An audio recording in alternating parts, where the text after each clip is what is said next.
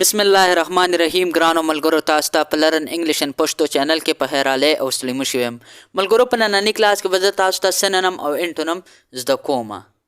پیله خو زه تاسو ته دا زده کوم چې سینونیم څه ته وایي او انټونیم څه ته وایي. نو بیا به مخکې کلاس شروع کوو. راځئ چې پیله سینونیم او انټونیم باندې ځان پوه کړو. ملګرو، سینونیم دا موږ څخه هغه ټکی دی په انګلیش کې چې په دې کې یو دوه داسې ټکي بدل ټکي راشي چې د هغې دواړو معنی یو رنګي. نو دغه قسمه حرفونو ته به موږ په انګلیش کې سینونیم وایي. یعنی دوه ټکي به خو د هغې دواړو معنی به یو رنګي. نو په ننني کلاس کې به انشاءالله زه تاسو ته سینونیم نه کوم، په دې کلاس کې به زه تاسو ته صرف انټونیم کوم. انشاءالله په سینونیم به زه تاسو ځان له یو بیل کلاس جوړوم. انټونیم ملګرو، انټونیم دا موږ څخه هغه ټکی دی کله چې موږ څه په انګلیش کې یا په پښتو کې هم موږ څه دوه داسې ټکي راشي چې هغه د یو بل ولټوي. لکه مطلب په پښتو کې چې موږ څنګه وایي ځمکه او اسمان، دا دواړه د یو بل ولټه دي، لکه اور او اوبه، ګل یا ازغې. نو دا قسمه حرفونو ته به موږ وایي انټونیم. یعنی دا دواړه لفظونه به د یو بل اپوټوي. نو داسې قسمه لفظ ته به موږ په انګلیش کې وایي انټونیم.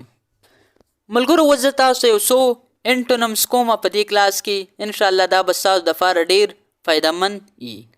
پیلنی ټکی موږ سره څه دی؟ موک. موک دا موږ هغې ته وایي کله چې یو کس بل کس پورې ټوکې کوي. نو د دې انټونیم دی فریز، یعنی صفت کول. ټرسټ باور. ټرسټ دا موږ څخه شیز دی چې مطلب موږ په یو کس باندې باور ساتو، یقین ساتو. او د دې چې کوم انټونیم دی یعنی ولټه ټکی دی نو هغې ته موږ وایي ډاوټ، شک. افر بره. برنۍ حصې ته موږ افر ویلی شو. او بیا چې د دې کوم انټونیم دی یعنی ولټه دی برنۍ نو لوور، لاندینۍ. کمباین یوځای، یعنی یوځای ته موږ په انګلیش کې ویلی شو کمباین. او بیا چې کومه دی د دې انټونیم دی بریک. بریک موږ هغې ته وایي چې یو شیز مات کی یا جدا کی. ریل. ریل چې کومه دی دا موږ څه وایي رښتونی ته. نو د دې چې کوم انټونیم دی هغې ته موږ په انګلیش کې ویلی شو فیک، یعنی درو. ګیسټ میلمه. میلمه ته په انګلیش کې وایي ګیسټ. او بیا چې کومه دی کوربه هغه ته موږ په انګلیش کې ویلی شو هاست. شریک چغې. چغې وهلو ته موږ په انګلیش کې ویلی شو شریک. او د دې چې کوم انټونیم دی هغې لپاره به موږ په انګلیش کې وایي سایلنټ، یعنی خاموشه. هارد کلک یا سخت. د دې چې کوم انټونیم دی هغه دی سافت. لایټ رڼا. د رڼا چې کومه دی انټونیم دی تیارو ته موږ په پښتو کې وایي او په انګلیش کې ورته وایي ډارک. فرش تازه. تازه ته په انګلیش کې وایي فرش. د فرش چې کوم انټونیم دی راټن، یعنی څښا. کاین مهربان.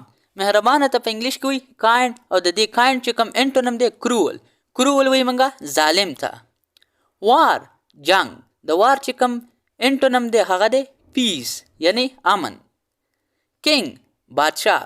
بادشاه ته موږ په انګلیش کې ویلی شو کینګ. او د دې کینګ چې کوم انټونیم دی هغه دی سلیو، یعنی غلام. ګیو ورکول، یعنی یو کس له څیز ورکولو ته موږ په انګلیش کې ویلی شو ګیو.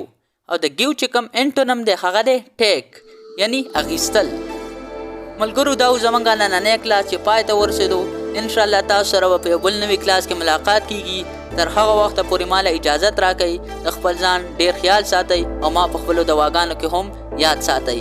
د الله په امان.